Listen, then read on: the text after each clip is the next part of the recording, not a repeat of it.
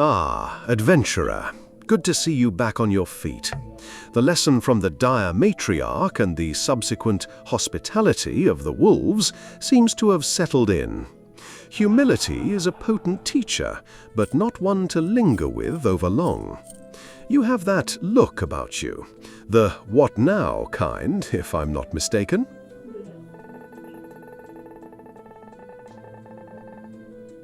A fair question, echoed by many who pass through these doors. You faced a harsh truth out there. Ambition, that firework of motivation, burns bright but fast. And you've learned, I hope, that the steady heat of discipline is what truly forges a path forward. But discipline alone, without direction, well, that just makes for a very tired, very proficient ditch digger, doesn't it? So the question now becomes, discipline to achieve what?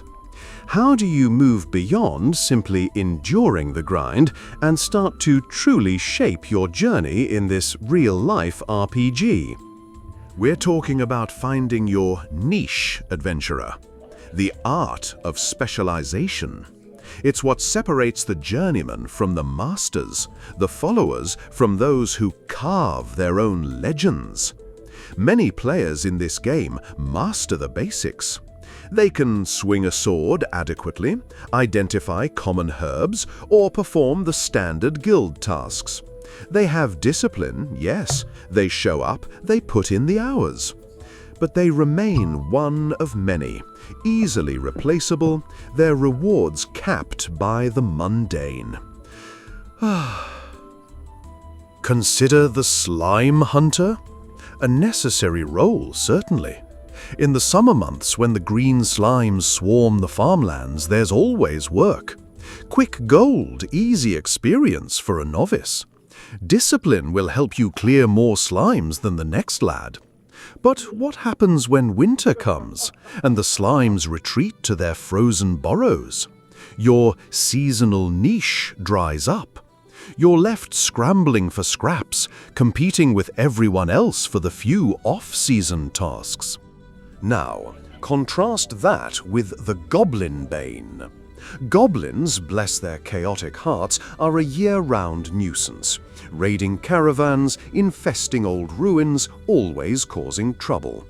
A dedicated Goblin Bane, one who understands their tactics, their tribal structures, their specific weaknesses, perhaps even speaks a smattering of their guttural tongue, that adventurer will always find employment. Theirs is a stable niche, built on consistent demand. But even stability has its limits if your skills are too common. To truly command value, think of the Loremaster of Ancient Tongues. I knew one such scholar. While others sharpened blades, she sharpened her mind, deciphering forgotten dialects and crumbling scrolls. Many dismissed her pursuit as impractical. What good are dead languages when there are orcs at the gate, they'd scoff.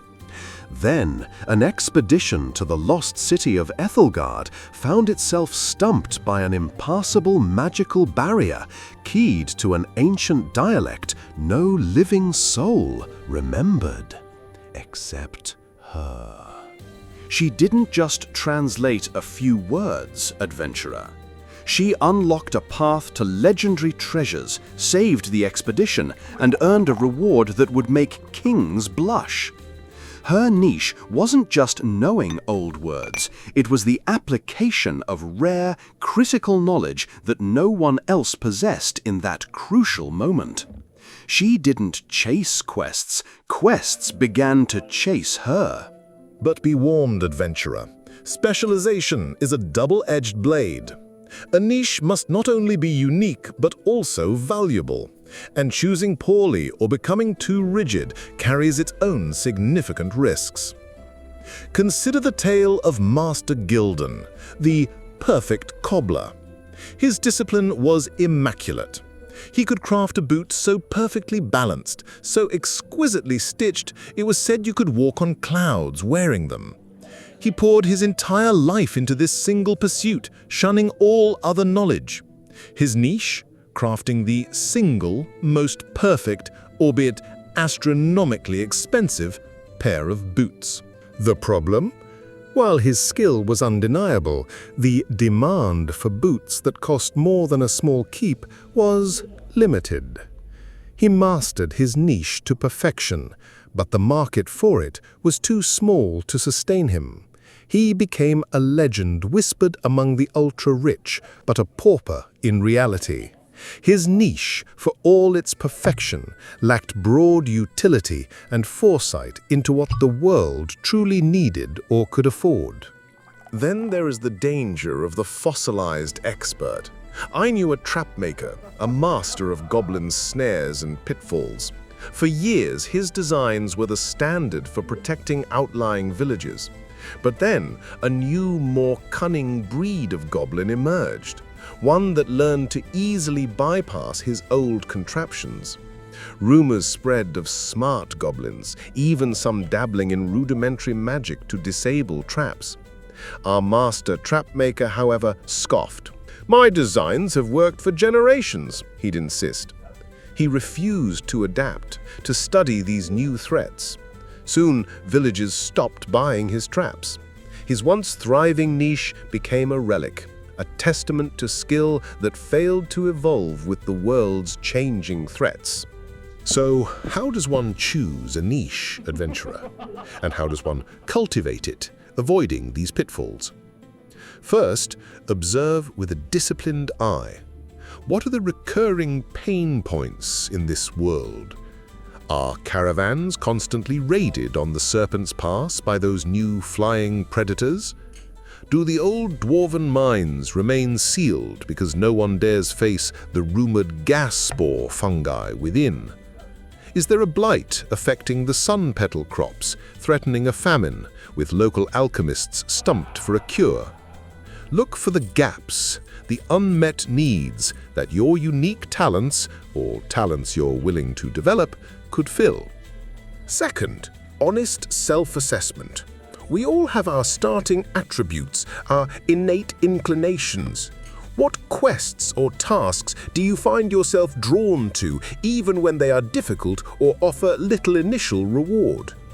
Do you feel a thrill deciphering ancient texts like our Loremaster? Or does the meticulous craft of the artisan call to you? Perhaps the strategic mind of the Goblin Bane resonates more. Your passion, adventurer, can fuel the long years of discipline a niche requires. Don't just chase gold, chase what makes your player spirit feel alive while serving a need. Third, seek synergy. The most powerful niches often lie at the intersection of several skill trees. A blacksmith who doesn't just hammer metal, but understands basic runic enchantments to imbue his blades with minor powers.